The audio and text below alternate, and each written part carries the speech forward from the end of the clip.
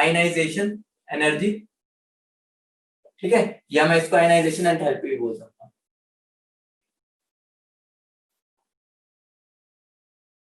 ठीक है, वैसे ये दोनों टर्म डिफरेंट होती है, एनर्जी और enthalpy.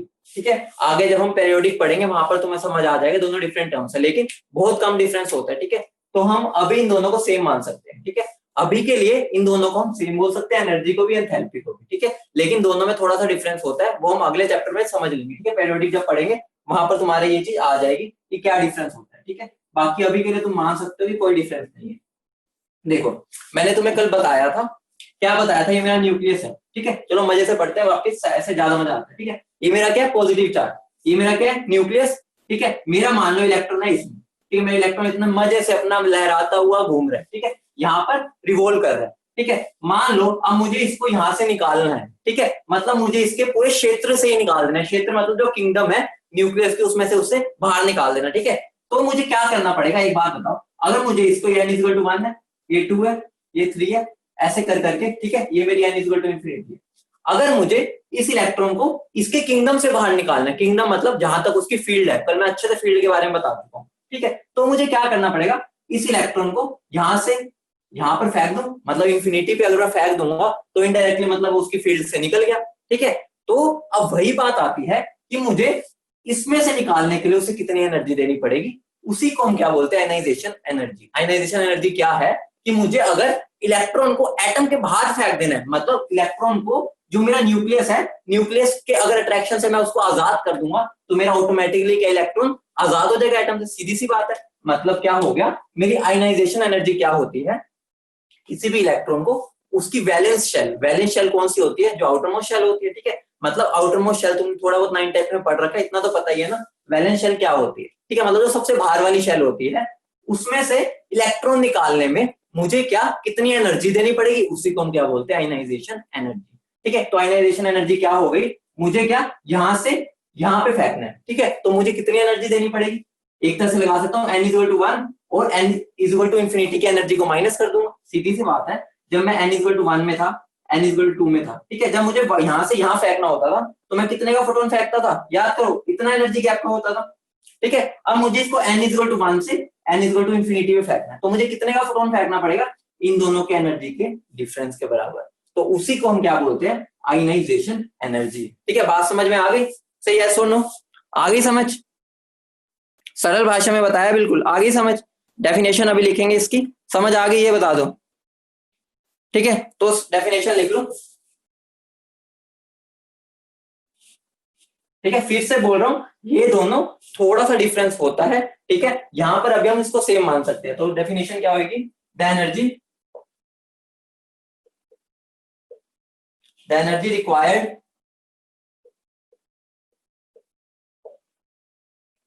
To remove the electron from the valence shell of the atom. ठीक है, यहां पर हम इसको ये कई बार ये भी बोल देते हैं, the energy required to remove the electron from the ground state. ठीक है, ground state of the atom. ठीक है, एक ही बात होती है, ग्राउंड स्टेट मतलब वही होती है जो सबसे लोअर मोस्ट होती है। ठीक है, जब जब एटम के इलेक्ट्रॉन के पास ऑप्शन हो कि वो कम वाली एन पे बैठे तो वही बैठेगा, मैंने तुम्हें बताया था वहां ज्यादा स्टेबल होता है। ठीक है, तो देखो इनडायरेक्टली मैं क्या बोल सकता हूँ इसको, ये मेरा क्या है, ये मेरा न्यूक्लियस है, ये मेरा इलेक्ट्रॉन है। ठीक है, इसको मुझे कहां पर फेंकना है, इन्फिनिटी, इसी को मैं क्या बोलता हूँ, आयनाइजेशन एनर्जी, जो मुझे इसके लिए एनर्जी चाहिए होगी। ठीक है, तो अब ये निकालते कैसे है, देखो, अब भाई एक बात बताओ, अगर मैं हाइड्रोजन की बात करूं, ठीक है, हाइड्रोजन एटम में मेरा क्या होता है, इलेक्ट्रॉन किस में होता है, फर्स्ट शेल में होता है। ठीक है, तो यही उसकी क्या हो गई, मैं इसको वैलेंस शेल भी बोल सकता हूँ। ठीक है, मैं इसको इसकी ग्राउंड स्टेट भी बोल सकता हूँ। ठीक है, एक ही बात है, यहाँ पर तो एक ही बात है। ठीक है, क्या फर्स्ट शेल जो है इसकी, उसकी वैलेंस शेल है, मतलब कि इलेक्ट्रॉन जो सबसे बाहर वाली शेल कौन सी है इसकी, हमारी क्या है, फर्स्ट शेल है, क्योंकि एक ही इलेक्ट्रॉन है। ठीक है, मेरा एक ही इलेक्ट्रॉन होता है जो कि फर्स्ट शेल में ही होता है, वही उसकी वैलेंस शेल भी होगी और उसकी वो ग्राउंड स्टेट भी होगी। ठीक है, तो मैं क्या बोल सकता हूँ, हाइड्रोजन एटम और हाइड्रोजन लाइक स्पीशीज के लिए, दोनों के लिए सीन हो जाएगा, समझ रहे हो, दोनों के लिए यही सीन हो जाएगा। तो मेरा एक इलेक्ट्रॉन जो है वही वो मेरी फर्स्ट शेल में, तो यही मेरी वैलेंस शेल होगी या ये मेरी होगी ग्राउंड स्टेट। ठीक है, तो अब देखो ये मेरा क्या n इक्वल टू 1 था, ठीक है, और ये मेरा क्या n इक्वल टू इंफिनिटी। तो अगर मुझे इलेक्ट्रॉन को यहां से यहां निकालना है, उसी को मैं आयनाइजेशन एनर्जी बोलता हूँ। तो मेरी आयनाइजेशन एनर्जी क्या हो गई, मुझे क्या फाइनल ई इंफिनिटी माइनस E1 यही हो जाएगी। ठीक है, ये इंफिनिटी क्या होगी, एनर्जी ऑफ इनफाइनाइट शेल, और E1 क्या होगी जहां से हमें निकालना है, और हाइड्रोजन के लिए हमारी क्या होती है, फर्स्ट ही होती है। ठीक है, तो आयनाइजेशन एनर्जी मेरी इसके लिए क्या होगी, ई इंफिनिटी में मेरी एनर्जी क्या होती है, कल मैंने बताया था हम जीरो मान के चलते हैं, तो जीरो माइनस E1 पे क्या होती है, माइनस 13.6। ठीक है, बाय क्या बोल सकता हूं मैं, फर्स्ट शेल के लिए निकाल रहा हूं 1 का स्क्वायर इंटू मैं क्या बोल सकता हूँ z का स्क्वायर, ये बोल सकता हूँ। तो मेरी आयनाइजेशन एनर्जी क्या हो गई, प्लस 13.6 z स्क्वायर। तो ये मेरी आयनाइजेशन एनर्जी का फॉर्मूला आ गया, किसके लिए, फॉर हाइड्रोजन एटम या हाइड्रोजन लाइक स्पीशीज के लिए। ठीक है, तो मेरा आयनाइजेशन एनर्जी, इसको मैं इनडायरेक्टली क्या बोल सकता हूं, मेरी आयनाइजेशन एनर्जी क्या होती है, मोड ऑफ फर्स्ट शेल, ये भी बोल सकता हूं। यही हो गया ना, देखो यहाँ पर मेरी जो वैसे एनर्जी होती है वो क्या होती है, माइनस 13.6 जेड स्क्वायर होती है। ठीक है, यहाँ पर मेरी क्या है, प्लस 13.6, तो मैं इनडायरेक्टली क्या बोल सकता हूँ, इसी का पॉजिटिव पार्ट को ही हम क्या बोल देते हैं, आयनाइजेशन एनर्जी। तो बात समझ में आ गई, यहां तक समझ आ गया, बता दो। ठीक है, यहां तक समझ आ गया, बोल दो। ठीक है, तो अब देखो आगे, देखो आगे और बढ़िया चीज आएगी। ठीक है, तो अब देखो ये मेरा किसके लिए बन गया, ये मेरा आयनाइजेशन एनर्जी किसके लिए बन गया, कौन, हाइड्रोजन लाइक स्पीशीज। ठीक है, या मैं हाइड्रोजन के लिए भी बोल सकता हूँ। अगर मैं इसके लिए निकालना है, अब मुझे क्या करना है, मैं इसको ऊपर रब कर रहा हूँ। ठीक है, तुमने नोट कर लिया होगा, मैं इसको रब कर रहा हूँ, तो मैं क्या बोल सकता हूँ, for hydrogen atom, for hydrogen atom के लिए मैं क्या बोल सकता हूँ, आयनाइजेशन एनर्जी मेरी क्या होती है, 13.6 इलेक्ट्रॉन वोल्ट। सही बात है, क्योंकि इसके लिए Z की वैल्यू क्या होती है, 1। ठीक है, तो मेरी फॉर हाइड्रोजन लाइक स्पीशीज के लिए क्या हो जाती है, आयनाइजेशन एनर्जी क्या हो जाती है मेरी, 13.6 Z स्क्वायर इलेक्ट्रॉन वोल्ट। समझ रहे हो, तो ये मेरी दो चीज आ गई, बहुत काम आएगी, अभी मैं बताऊंगा। इनडायरेक्टली मेरी आयनाइजेशन एनर्जी क्या है, कि मान लो मुझे किसी भी शेल से निकालना है। ठीक है, मतलब वैसे तो मुझे आयनाइजेशन एनर्जी होती है ग्राउंड स्टेट से। ठीक है, अगर मुझे उसमें से निकालना है तो उसी के बाद एक बात बताओ, खुद बताओ, एक बार कॉमन सेंस है, ये नोट कर लिया ना, बताता हूँ। ठीक है, ये नोट कर लिया सारा, बता दो, नोट कर लिया ना। देखो अब मैं तुम्हें बहुत मजेदार बात बताने वाला हूँ। ठीक है, देखो इसको और कैसे समझ सकते हैं। ठीक है, ये मेरा, इसकी एनर्जी है माइनस 13.6। ठीक है, और मुझे इसको कहां फेंकना है, इन्फिनिटी। ठीक है, मतलब बाहर फेंक देना। खुद सोचो, अगर मुझे इलेक्ट्रॉन को यहां से निकालना है, ठीक है, निकालना है, उसकी एनर्जी है माइनस 13.6, अगर मैं उसको उतनी ही ऑपोजिट डायरेक्शन की, मतलब माइनस 13.6 है, अगर मैं उसको 13.6 प्लस में दे दूंगा, तो वही मेरी आयनाइजेशन एनर्जी है। समझ रहे हो, ये तो मैंने फॉर्मूला में बात की थी। अगर उसकी एनर्जी मान लो, अगर उसे 13.6 चाहिए, इसका मतलब यह है कि उसे 13.6 एनर्जी चाहिए, उसकी नेगेटिव का मतलब है कि इतनी है उसकी, अगर मैं उसको उतनी पॉजिटिव में दे दूंगा, तो मेरा इलेक्ट्रॉन यहां से निकल के इंफिनिटी में चला जाएगा। ठीक है, सारा घुमा फिरा के बात एक ही पड़ जाती है। ठीक है, तो ये मेरा क्या हो गया, आयनाइजेशन एनर्जी। अगली बात क्या आती है, बाइंडिंग एनर्जी। तो अगला क्या होगा, बाइंडिंग एनर्जी। अगले हेडिंग डालो, binding energy.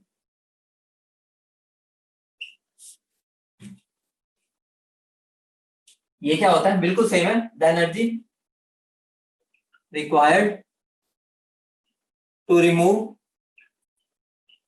N electron from any given shell. Given shell difference देखो क्या आया, आयनाइजेशन एनर्जी क्या था, वो था जब मुझे ग्राउंड स्टेट से निकालना है। ग्राउंड स्टेट मतलब आयनाइजेशन एनर्जी की, अगर मैं हाइड्रोजन एटम के लिए बात करूं, क्योंकि हमने हाइड्रोजन एटम के लिए बात की ज्यादातर। ठीक है, तो मैं क्या बोल सकता हूँ, मेरी n इक्वल टू 1 में से मुझे इलेक्ट्रॉन को निकालना है, क्योंकि यही उसकी क्या होती है, ग्राउंड स्टेट। ठीक है, लेकिन बाइंडिंग एनर्जी क्या है, कोई भी गिवन शेल, मतलब हमें 2 से निकालना हो, 3 से निकालना हो, 4 से निकालना हो, किसी से भी निकालना हो, उसको हम क्या बोल देते हैं, बाइंडिंग एनर्जी। ठीक है, तो आयनाइजेशन एनर्जी एक तरह से क्या हो गया, बाइंडिंग एनर्जी का ही एक फॉर्म हो गया, जब हम n की वैल्यू क्या 1 ले लेते हैं। ठीक है, अभी मैं एक और इसको दोबारा से ब्रीफ करूंगा, अभी बस ये समझ लो, आयनाइजेशन एनर्जी क्या था, हमें ग्राउंड स्टेट से निकालना है। ठीक है, इस और ये क्या है, किसी भी शेल से निकालना है, वो 1 हो सकते हैं, 2 3 4 5 6 कोई भी हो सकती है। ठीक है, तो अब इसकी अगर हम निकालना चाहें, तो मेरी बाइंडिंग एनर्जी क्या होती है। ठीक है, मैं क्या बोल सकता हूँ, mode of energy of NH shell, ये बोल सकता हूँ बाइंडिंग एनर्जी मेरी, ठीक है, ये चीज मैं बोल सकता हूँ। या मैं इसको क्या बोल सकता हूँ, बाइंडिंग एनर्जी मेरी क्या हो गई 13.6 Z² bye N² electron volt. तो ये मेरी क्या होगी बाइंडिंग एनर्जी का फॉर्मूला आ गया Z² बाय N²। समझे क्या होगा, आगे बात समझ, फर्क क्या बाइंडिंग और आयनाइजेशन में। अब इन दोनों में रिलेशन भी बताऊंगा मैं एक, नोट कर लिया, बता दो सही यस और नो, ठीक है। तो अब देखो एक और बहुत इंटरेस्टिंग फैक्ट समझेंगे हम। अब ये मेरा आया कहां, देखो अभी मैंने क्या किया, मैं कोई भी ये एन शेल मान लेता हूँ, ठीक है, इसको मान लो कोई भी एन शेल है 1 2 3 हमें नहीं मतलब, और मुझे इन्फिनिटी में फेंकना है, ठीक है, एन से इन्फिनिटी में फेंकना है इलेक्ट्रॉन को, ये मैं फिक्स नहीं कर रहा 1 है 2 है 3, अगर मुझे यहां से यहां फेंकना है, ठीक है, तो मुझे कितनी एनर्जी देनी पड़ेगी ई इंफिनिटी माइनस ई एन, ठीक है, तो ये मेरा क्या बन जाएगा डेल्टा ई क्या बन जाएगा ई इंफिनिटी माइनस ई एन की वैल्यू क्या होती है मेरी माइनस 13.6 Z² बाय N²। तो ये मेरा क्या आ जाता है डेल्टा ई क्या आ जाता है 13.6 Z² bye N² electron volt. और यही मेरी क्या होती है, यही मेरी होती है बाइंडिंग एनर्जी। अब समझ आई या कहां से आया, ठीक है, यही तो मेरी बाइंडिंग एनर्जी है। सोल्व तो हमने यहां से किया, ये तो शॉर्टकट हो गया बस, समझ रहे हो, समझ रहे हो ना, ठीक है, नोट कर लिया। अब इसमें बहुत मस्त मस्त क्वेश्चन करेंगे, ठीक है। चलो अब देखो मैं इसको और क्या लिख सकता हूँ, ठीक है, ये तो मेरा होगा, ये कैसे आता है, ठीक है, सिंपल सी बात है। अगर मुझे शॉर्टकट में बताना है किसी की भी बाइंडिंग एनर्जी क्या होती है, तो मुझे क्या करना है उसकी एनर्जी को आगे पॉजिटिव लगा दो, ठीक है, ये शॉर्टकट हो गया कि अगर मुझे किसी की भी बाइंडिंग एनर्जी बतानी है या आयनाइजेशन एनर्जी बतानी है, ठीक है, तो मुझे क्या कर देना, एनर्जी के आगे नेगेटिव होता है ना उसको पॉजिटिव कर दो, ठीक है, वही हमारी आयनाइजेशन एनर्जी होती है, ठीक है। अगर मैं बात करूं, देखो अगर मैं बाइंडिंग एनर्जी की बात करूं फॉर N=1, ठीक है, अगर मैं N=1 कर दूंगा तो मेरी बाइंडिंग एनर्जी क्या हो जाएगी 13.6 Z² इलेक्ट्रॉन वोल्ट आ जाएगी, ठीक है। तो एक बात बताओ ये किसके इक्वल हो गई,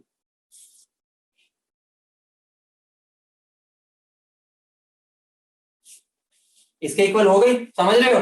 तो मैं क्या बोल सकता हूं फॉर N=1 मेरी बाइंडिंग एनर्जी और आयनाइजेशन एनर्जी इक्वल होती है, ठीक है, ये मेरा क्या हो गया एक कंक्लूजन आ गया, समझ गए। एक तरह से लगा लो बाइंडिंग एनर्जी मेरी जनरल है, आयनाइजेशन एनर्जी उसी का आगे पार्ट है जब मैं एन की वैल्यू फिक्स कर रहा हूं, समझ रहे हो, नोट कर लो फटाफट। इसके बाद हमारा क्वेश्चन वाला पार्ट स्टार्ट हो गया, ठीक है, अब हमारा थ्योरी थी पूरी खत्म, अब हमारा क्वेश्चन वाला पार्ट आ गया। चलो रब कर रहा हूं इसको, अब क्वेश्चन लिखो, तुम्हें क्वेश्चन सोल्व करने हैं, ठीक है। अब मेरा पार्ट खत्म हो गया, तुम मुझे क्वेश्चन सोल्व करके दोगे, मुझे कुछ नहीं आता, ठीक है, सीधी सी बात है, तुम्हें ही सब आता है। अब मैं सब भूल चुका हूँ, गजनी बन गया हूँ, तुम मुझे आंसर दो, ठीक है। तो सबसे पहला क्वेश्चन देखो, विच ऑफ द फॉलोइंग, सबसे सिंपल क्वेश्चन है, जिसने इसका आंसर नहीं दिया वो पिटेगा, ठीक है। तो क्वेश्चन क्या है, which of the following, notebook के आगे पीछे देख लो, अगर तुम्हें नोटबुक में भी देखना है कोई दिक्कत नहीं है, कम से कम आंसर देना, ठीक है। Which of the following is the energy of the possible excited state of hydrogen, ठीक है। ऑप्शन है -6.8 इलेक्ट्रॉन वोल्ट, ठीक है, बी के -3.4 इलेक्ट्रॉन वोल्ट, सी के +6.4 इलेक्ट्रॉन वोल्ट, और डी के +13.6 इलेक्ट्रॉन। मुझे इसका आंसर दे दो, एक से ज्यादा भी हो सकते हैं, ठीक है, मैं ये नहीं बता रहा कितने हैं, ठीक है, मुझे इसका आंसर दे दो, सबके आंसर आ जाने चाहिए, दिख रहा है मुझे बच्चों ने पढ़ लिया, मतलब बहुत जल्दी आंसर दे दिया, बहुत बढ़िया। लेकिन कुछ बच्चे अभी भी गलती कर रहे हैं, एक बात बताओ, एक बात मुझे बताओ, मैंने किसी की भी एनर्जी, किसी भी शेल की एनर्जी पॉजिटिव में लिखी थी, मेरी -13.6 से स्टार्ट होती थी और 0 पे खत्म हो जाती थी, पॉजिटिव में तो उससे ऊपर कोई थी ही नहीं, तो ये दोनों ऑप्शन तो अपने आप ही एलिमिनेट हो गए, देखने की जरूरत नहीं है, वैल्यू को देखने की भी जरूरत नहीं है, पॉजिटिव तो हो ही नहीं सकती, -13.6 -13.6 से शुरू होके 0 तक जा रही थी। तो एक बात बताओ, जो आंसर ये दे रहे हैं अपनी कॉमन सेंस लगाओ। मैंने कोई भी +6.4 बताई थी किसी भी शेल की एनर्जी, मैंने यही तो पूछा है कौन कौन सी एनर्जी स्टेट पॉसिबल है, ठीक है। ये हो नहीं सकती, पॉजिटिव में तो थी नहीं, काटा मार दो, उसके बाद आ जाओ इन दोनों में, ठीक है। एक बात बताओ, जो बच्चा जो मैंने कल बात पर फोकस किया था कि ये वैल्यूज याद होनी चाहिए, वो तो इनको विद इन अ सेकंड कर लेगा, और मैंने देख लिया काफी ने कर लिया, ठीक है। मैंने तुम्हें एनर्जी लेवल की क्या वैल्यू बताई थी, पहले कितनी थी, ठीक है, दूसरे कितनी थी, कितनी, तीसरे की, चौथे की। तुम्हें इतने तो लिखने भी नहीं पड़ेगी, अगर तुम्हें ये वैल्यूज याद है ना। तो एक बात बताओ, इन चारों में से अभी जो दो, ये तो दो कैंसिल होगी, 6.8 कहीं दिख रही है, 13.6 के बाद 3.4 आ रहा है, अगर 6.8 आता तो इसके बीच में ही आता, होती नहीं है, तो ये अपने आप ही कैंसिल हो गया, 3.4 होती है, ठीक है। और कोई तुम्हें यहाँ दिखी नहीं, तो आंसर क्या हो गया, बी। कितना सिंपल था, अगर तुम्हें ये वैल्यूज याद है। मैंने तुम्हें कल इसलिए फोकस किया था कि वैल्यूज याद रख लेना, वरना वहां पर बैठ के निकालने बैठोगे ना कि एनर्जी क्या होती है, वरना तुम क्या करोगे, वहां बैठोगे, मैं हाइड्रोजन की बात करनी है तो मैं पहले E1 निकालता हूँ, E1 निकाला ये आया, फिर E2 निकालता हूँ, फिर मैं यहाँ पर क्या करूंगा, Z की वैल्यू 1 है तो ये 4, तो इसको मैं सोल्व करके बैठूंगा, अपने 15-20 मिनट वेस्ट करूंगा, फिर मैं यहाँ पर इसकी निकालूंगा, फिर मैं यहाँ से मैच करूंगा। भाई ये वैल्यूज अगर मुझे पहले से ही पता होंगी तो मैं इजीली इसको विद इन 1 सेकंड में आंसर दे सकता हूँ। मैं जैसे लिख रहा था उसी टाइम तुम आंसर दे सकते थे इसका, ठीक है। जिन्होंने पढ़ लिया था उन्होंने तो दे भी दिया था अभी, अभी मैं लिख के पीछे गया था, आधों के आंसर आ गए थे, ठीक है। तो अब इस बात का ध्यान रखना, मैंने तुम्हें प्रूफ दे दिया कि क्वेश्चन कितना सिंपल था, लेकिन वही बात आ जाती है, कौन इसको जल्दी से जल्दी करता है वही जीत जाता है, ठीक है। आगे अगला क्वेश्चन करते हैं, चलो ठीक है। अगला क्वेश्चन क्या है,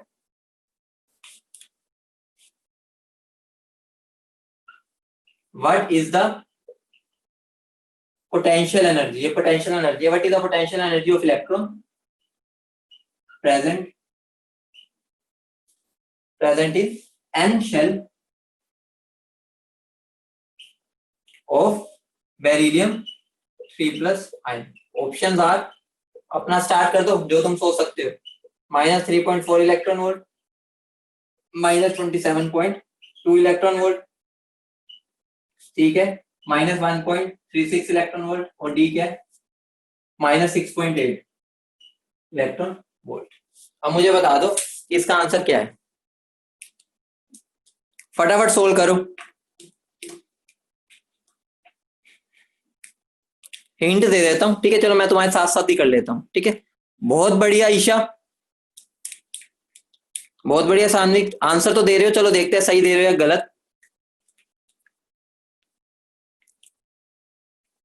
ठीक है। जिसको प्रैक्टिस होती जाएगी ना, इसको तुम विद इन 3 सेकंड्स कर लोगे। सबसे पहली बात, एन शेल पूछा है, तो एन शेल मेरी कौन सी होती है, देखो, के एल एम एन, ये होता है n इक्वल टू 1, ये n इक्वल टू 2, ये n इक्वल टू 3, ये n इक्वल टू 4, ये तो तुम्हें पता ही होना चाहिए, ठीक है। तो एन शेल बोल रहा है तो वो मेरे से n इक्वल टू 4 की बात कर रहा है, ठीक है। तो मेरे पे n की वैल्यू आ गई, ठीक है। अब उसने बेरिलियम पूछा है, बेरिलियम आयन के लिए मेरा Z क्या होता है, 4 होता है, ठीक है। ये तो मैं तुम्हें समझा रहा हूँ, वरना इसको मैं 1 सेकंड में हो जाएगा, देखो। अब मेरा पोटेंशियल एनर्जी का फॉर्मूला क्या होता है, आधे बच्चों ने तो यहीं पर ही गलती कर दी। पोटेंशियल एनर्जी का फॉर्मूला मेरा होता है ये, उन्होंने -13.6 लिख दिया, भाई उन्होंने पोटेंशियल एनर्जी पूछा है, वो टोटल एनर्जी का होता है, आधे तो यहीं पर ही ढेर हो गई, एक स्टेप पहले पे ही ढेर हो गई। अब देखो यहाँ पर मुझे क्या करना है,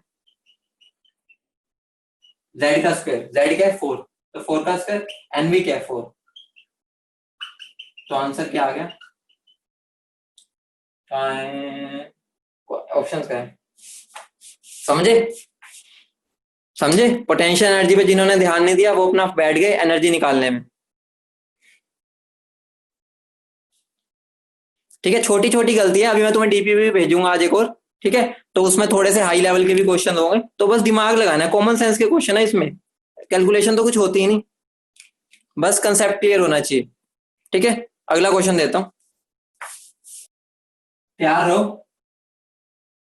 अगला सवाल तुम्हारी स्क्रीन पर ये रहा, the radius of the ionisation energy, बहुत सिंपल है, the ionisation energy of hydrogen atom in the ground state, ये जीएस का मतलब ग्राउंड स्टेट होता है, is X kilo joule, is X kilo joule, ठीक है। The energy required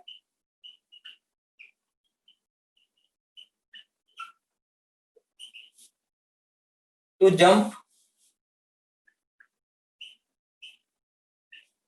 the energy required to jump from second orbit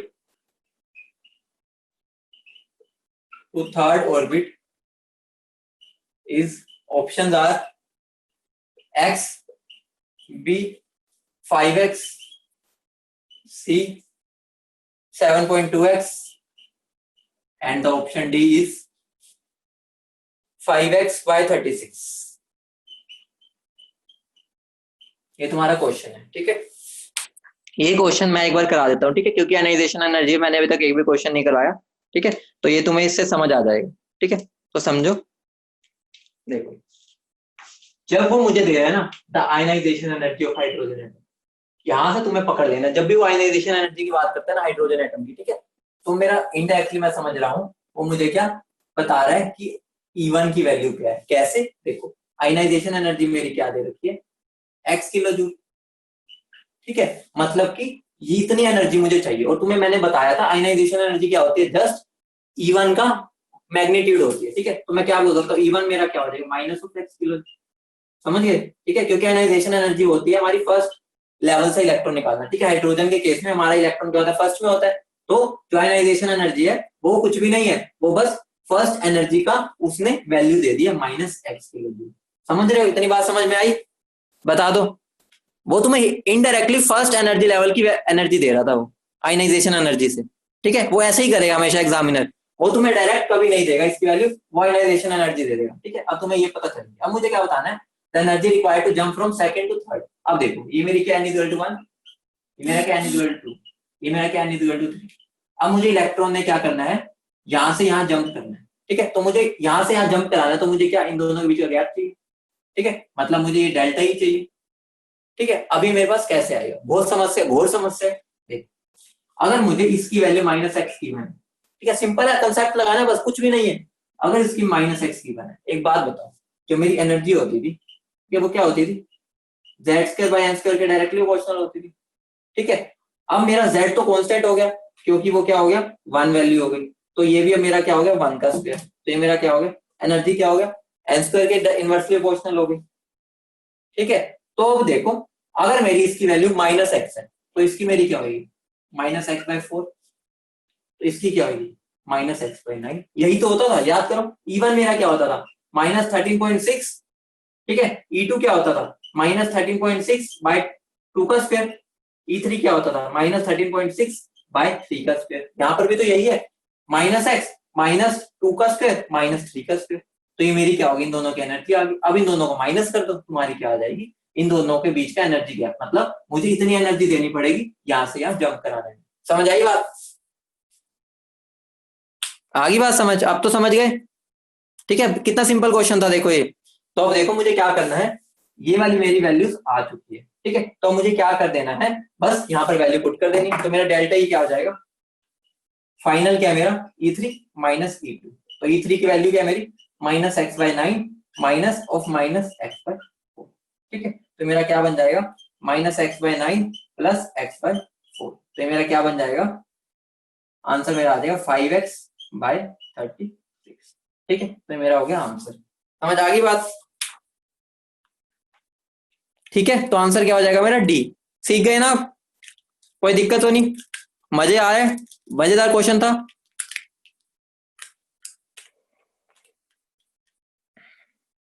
ठीक है। देखो कितना सिंपल सा क्वेश्चन था, हमें ये कंसेप्ट लगाना था, अगर ये माइनस एक्स तो ये माइनस एक्स बाई 4 होगा, ठीक है। क्योंकि हमें पता है 1 बाई एन स्क्वायर के इनवर्सली प्रोपोर्शनल होता है। अगर मुझे एक की भी वैल्यू पता चल गई ना, तो मैं बाकियों की निकाल सकता हूँ, ठीक है। तो अगले पे आते हैं, लो अगला क्वेश्चन तुम्हारी स्क्रीन पर आ रहा है, ये तुम खुद सोल्व करोगे। अब मैंने तुम्हें आयनाइजेशन एनर्जी पर भी क्वेश्चन करवा दिया, ठीक है। तो अगला क्वेश्चन है, if the first ionisation potential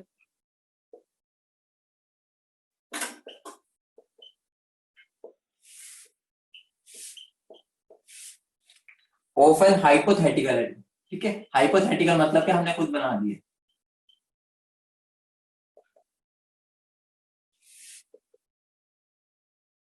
is 16 volt, ठीक है।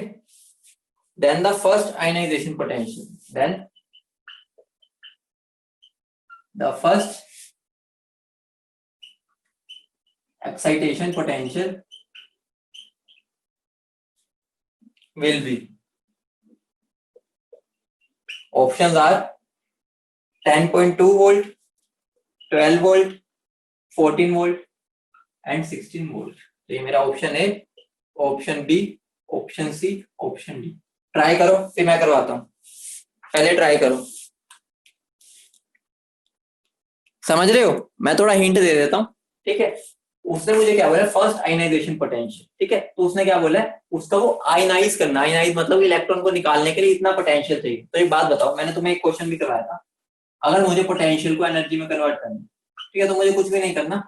अगर मैं 16 वोल्ट है तो इनडायरेक्टली वो मुझे उसने 16 इलेक्ट्रॉन वोल्ट उसका एनर्जी गिवन है, ठीक है। पोटेंशियल और एनर्जी में डिफरेंस होता है। 16 वोल्ट को अगर मुझे उसकी एनर्जी में कन्वर्ट करना है इलेक्ट्रॉन वोल्ट में, तो मैं उसको 16 इलेक्ट्रॉन वोल्ट लिख सकता हूँ, ठीक है। समझ रहे हो?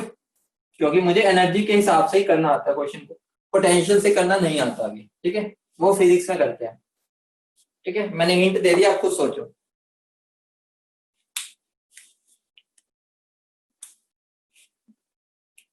ट्राई करो, कैसे कर सकते हो सोचो। हुआ किसी से? करें, करूं सोल्व? बहुत बढ़िया, किसने आंसर दिया? ये सान्विक, बहुत बढ़िया।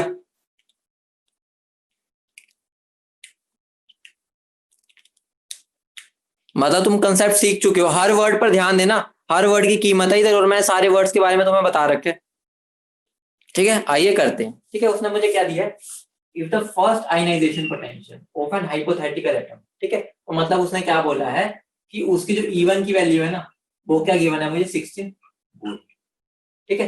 फर्स्ट में से निकालने के लिए हम यूज करते हैं, याद करो आयनाइजेशन पोटेंशियल क्या था, ठीक है। वो मुझे फर्स्ट में से, लेकिन ये मुझे एनर्जी नहीं है, ये मुझे वोल्टेज गिवन है, ठीक है। तो हम इसको क्या लिखेंगे, 16 इलेक्ट्रॉन, ठीक है। क्योंकि तुम्हें पता है वोल्टेज को अगर एनर्जी में कन्वर्ट करना है तो क्या हो जाएगा, पोटेंशियल को सॉरी एनर्जी में कन्वर्ट करना है अगर, लिख लो साइड में, काम आएगा। तो कुछ भी नहीं करना, वोल्ट की यूनिट को इलेक्ट्रॉन वोल्ट बना दो, वो तुम्हारी एनर्जी बनेगी, ठीक है। E1 क्या होगा, तो मेरा E2 क्या होगा, खुद बता दो। ये मेरी क्या होगी, आयनाइजेशन पोटेंशियल है, ठीक है। तो मेरी जो एनर्जी होगी उसकी क्या होगी, माइनस, ठीक है। तो E2 क्या हो जाएगा मेरा, -16/4। याद करो, E1 मेरा क्या होता है, 13.6 होता है, तो E2 क्या होता है मेरा, बाय 2 का स्क्वायर, ठीक है। यहाँ पर भी मैंने क्या किया, 2 का स्क्वायर किया, तो मेरा क्या बन जाएगा, -16/4, ठीक है। तो मेरा क्या आ गया, -4 इलेक्ट्रॉन। समझ रहे हो? ठीक है। अब मुझे क्या पूछा उसने, then the first excitation potential. First excitation potential का मतलब क्या है, कि उसने मुझे ये पूछा है कि मुझे अगर n=1 से n=2 पे पहुंचाना है तो मुझे कितनी एनर्जी देनी पड़ेगी। एक्साइटेशन एनर्जी तो वही चीज थी ना, कि हमें नीचे वाले एनर्जी से ऊपर वाले पे पहुंचाने के लिए कितनी एनर्जी देनी पड़ेगी, तो वो क्या हो जाएगा, डेल्टा ई, ठीक है। तो मैं डेल्टा ई क्या आ गया, E2 माइनस E1, ठीक है। तो E2 क्या है मेरा, -4 माइनस ऑफ -16, तो ये मेरा क्या आ जाएगा, +12 इलेक्ट्रॉन। लेकिन ये तो मेरा क्या आई है, एक्साइटेशन एनर्जी आई है। लेकिन मुझे उसने क्या पूछा, एक्साइटेशन पोटेंशियल। तो मैं जो कुछ भी नहीं करना, एक्साइटेशन पोटेंशियल निकालने के लिए मुझे क्या करना पड़ेगा, बस इसका यूनिट चेंज करके वापस वोल्ट लगा, ठीक है। तो आंसर क्या होगा मेरा, ठीक है। समझे? समझे, बात समझ आई? धीरे धीरे हम थोड़े कॉम्प्लेक्स क्वेश्चंस पे जाएंगे। अभी और क्वेश्चन करेंगे भाई, 1 क्यों 2 3 करेंगे योगेश, टेंशन क्यों ले रहे हो? ये तो अभी हम सीख रहे हैं, बड़ा और क्वेश्चंस करेंगे, बहुत टाइम है अभी। जल्दी नोट करो इसको। एक्साइटेशन एनर्जी और एक्साइटेशन पोटेंशियल में समझ रहे हो ना फर्क क्या है? वो एनर्जी होती है, वो पोटेंशियल होता है, ठीक है। एनर्जी और पोटेंशियल में हमें कुछ भी नहीं करना, वोल्टेज का इलेक्ट्रॉन वोल्ट कर देना बस। अगला क्वेश्चन ये रहा तुम्हारी स्क्रीन पे। क्वेश्चन क्या है, बहुत सिंपल क्वेश्चन है। The potential energy of an electron present in the ground state of an ion is represented by option 1 plus E square by 4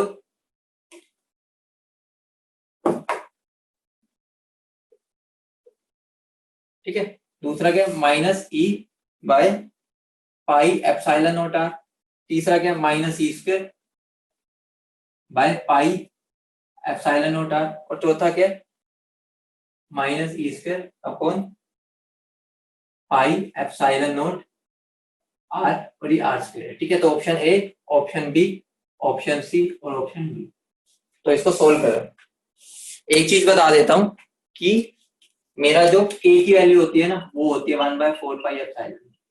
ठीक है, अब थोड़ा मैंने हिंट दे दिए, तो अब इसको सोल्व करने की कोशिश करो, क्या आएगा। 1 सेकंड का आंसर है ये, मतलब ये लगा लो कि बहुत इजी क्वेश्चन है अगर तुम्हें ढंग से इसको करते हो तो। बेटा मैथ्स तो करना ही नहीं निशांत, इसमें मैथ्स का तो मैंने क्वेश्चन दिया ही नहीं, एक स्टेप का क्वेश्चन है।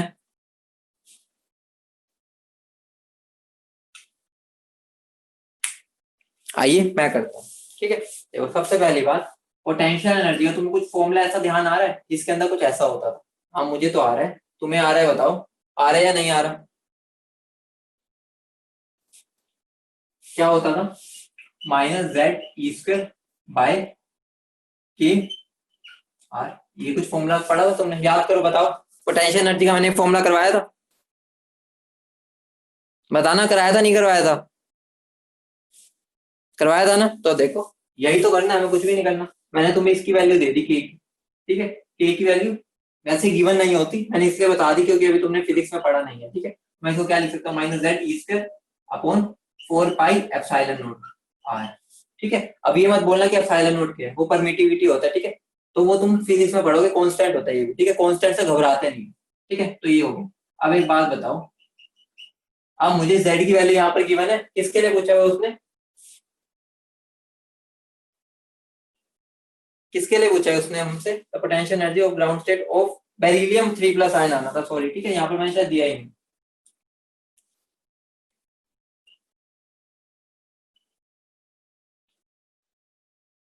तो अब यहाँ पर देखो, मुझे जेड की वैल्यू, सॉरी मेरी गलती थी, ठीक है कोई बात नहीं, यहाँ बेरिलियम 3+ आयन है, तो यहाँ उसकी जेड की वैल्यू क्या हो जाएगी, 4।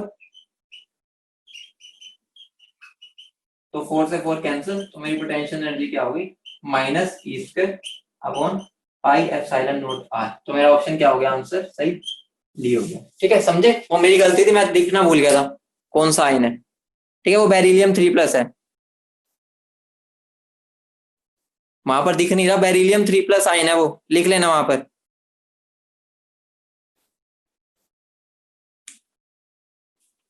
बेटा वो ये बेरिलियम 3+।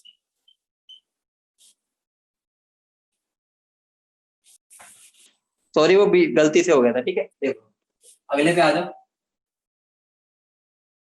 वो मैं साइलेंट के चक्कर में तुम्हें की नीचे लिख के दे दिया।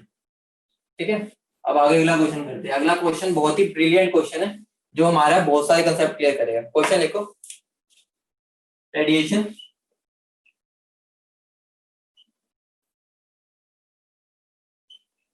corresponding to a transition from n is equal to 2, like force it from in hydrogen atom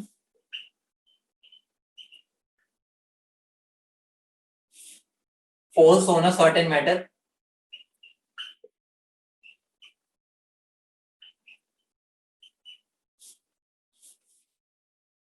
whose work function is, whose work function, बहुत सिंपल क्वेश्चन है, अभी देखना, is 2.5 electron volt. The maximum kinetic energy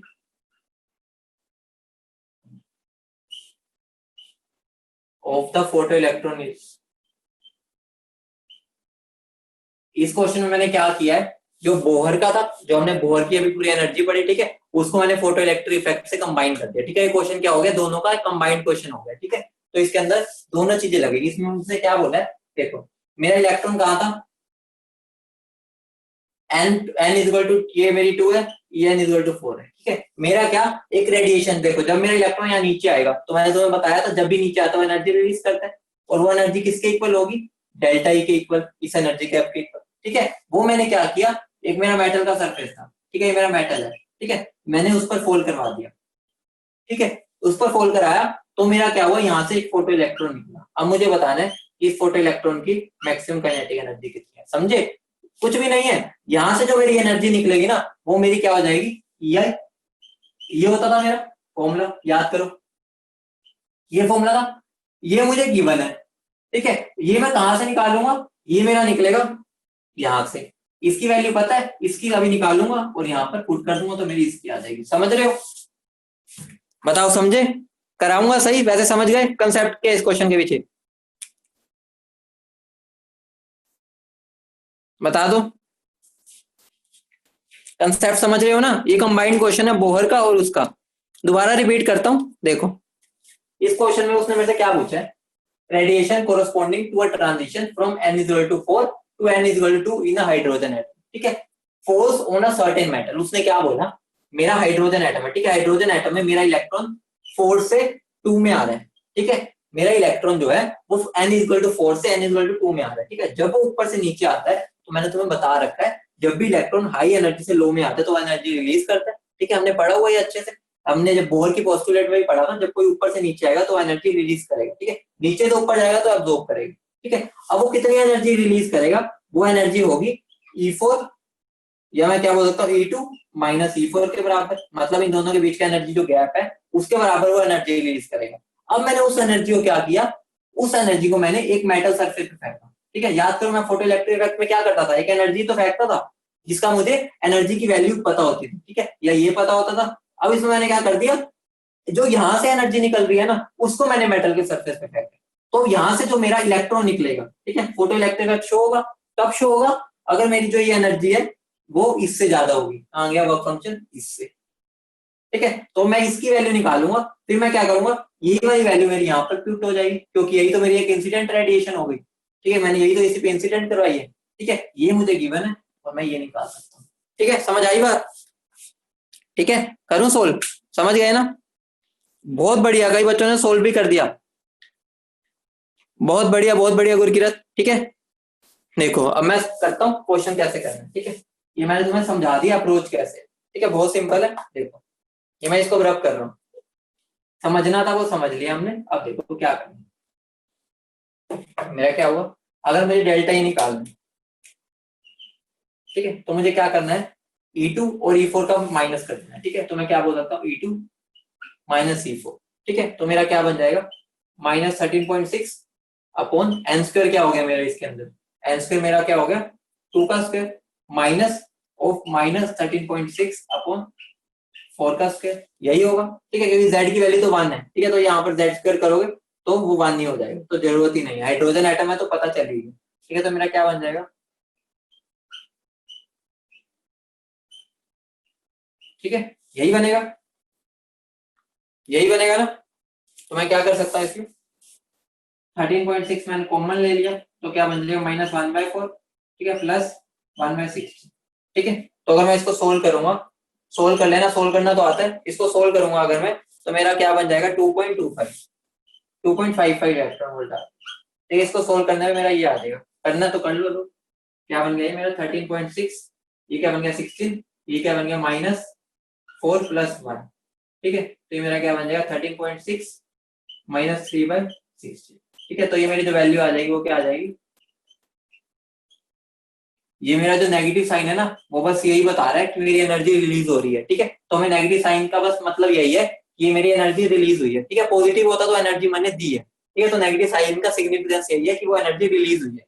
ठीक है, तो यहाँ पर मेरी वैल्यू क्या आ जाएगी, इतनी आ जाएगी। अब मुझे क्या करना है, यही मेरे किसके इक्वल हो जाएगी, इंसिडेंट रेडिएशन की, क्योंकि यही तो एनर्जी निकली है। ठीक है, तो मेरा क्या हो जाएगा, EI = this plus kinetic energy. ठीक है, तो EI मेरा क्या हो गया 2.55 = ये मुझे क्या गिवन है 2.5 प्लस काइनेटिक एनर्जी मैक्सिमम। ठीक है, तो अगर मैं इस दोनों को माइनस करूंगा तो मेरा क्या आ जाएगा 0.05 इलेक्ट्रॉन वोल्ट विच = काइनेटिक एनर्जी मैक्सिमम। ठीक है, अगर मुझे उसने पूछा जूल में निकालनी है तो मुझे क्या करना है, बस इसको मल्टीप्लाई कर देना है किससे, 1.6 × 10⁻⁻⁻⁹ आंसर मेरा जूल में आ जाएगा। ठीक है, अगर मुझे ये पूछा उसने। ठीक है, समझ रहे हो, सिंपल सा क्वेश्चन था, बस उसने क्या किया, उसको कंबाइन कर दिया दोनों इफेक्ट्स को। ठीक है, समझ आ गई? आगे बढ़े, नोट कर लिया? प्रियंका शर्मा क्या पूछ रहे हो? हाँ डायरेक्टली पुट कर सकते हो बेटा, डायरेक्टली कर सकते हो, कोई दिक्कत नहीं है। ये तो मैंने उनके लिए किया कि सोल्व कैसे किया है, डायरेक्टली पुट कर लो, एक ही बात है। तुम्हें अगर E2 और E4 की वैल्यू पता है, डायरेक्टली पुट कर लो। ये मैंने इसलिए किया ताकि एग्जाम में, अगर तुम्हारे सीबीएसई एग्जाम में आता है तो हमें उसको ऐसे करना है। ठीक है, शॉर्टकट से ही करेंगे हम अगर पेपर में करेंगे। E2 की तुम्हें वैल्यू पता ही है और E4 की भी पता है बेटा। यहाँ पर E2 और E4 की डायरेक्ट वैल्यूज हमें पता है तो हम पुट कर सकते हैं। ठीक है, ये भी मैंने पूरा एक्सप्लेन करने के लिए इतना बड़ा किया है। ट्रिक्स मैंने तुम्हें बता दी, वही यूज करनी है, याद है जिनको। आज तो मैंने याद करने होने का सिग्निफिकेंस बताया है। अप्लाई तुम मुझसे करोगे तो तुम्हारा बहुत टाइम बचेगा।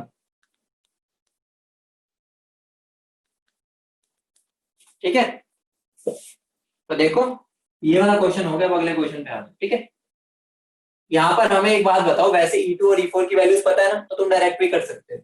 अगला क्वेश्चन देखो, लास्ट क्वेश्चन। ठीक है, आज का लास्ट क्वेश्चन है, टाइम होने वाला है। ठीक है, इस क्वेश्चन को करते हैं। ठीक है, क्वेश्चन क्या है,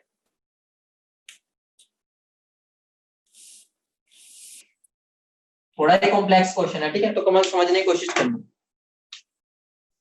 या पहले हम सिंपल सा ही कर लेते हैं। ठीक है, उसको मैं असाइनमेंट दूंगा, उसमें दे दूंगा। ठीक है, क्वेश्चन क्या है, the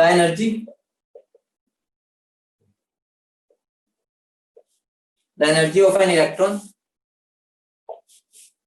in the first orbit, पहले अपना कॉन्फिडेंस गेन करो। ठीक है, the energy of an electron in the first orbit of hydrogen, साथ साथ लिखो, टाइम कम है। ठीक है, of hydrogen atom is 13.6 electron volt. ठीक है, the possible energy values, the possible energy values of the excited state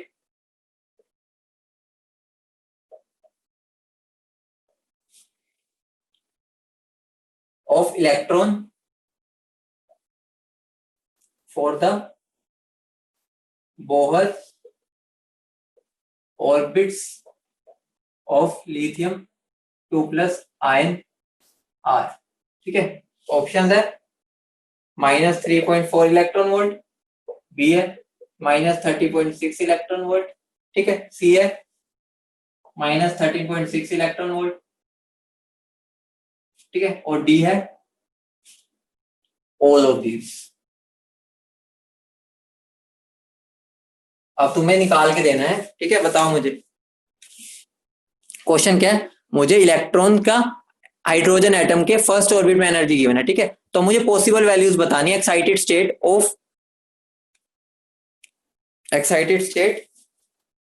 for electron. ठीक है,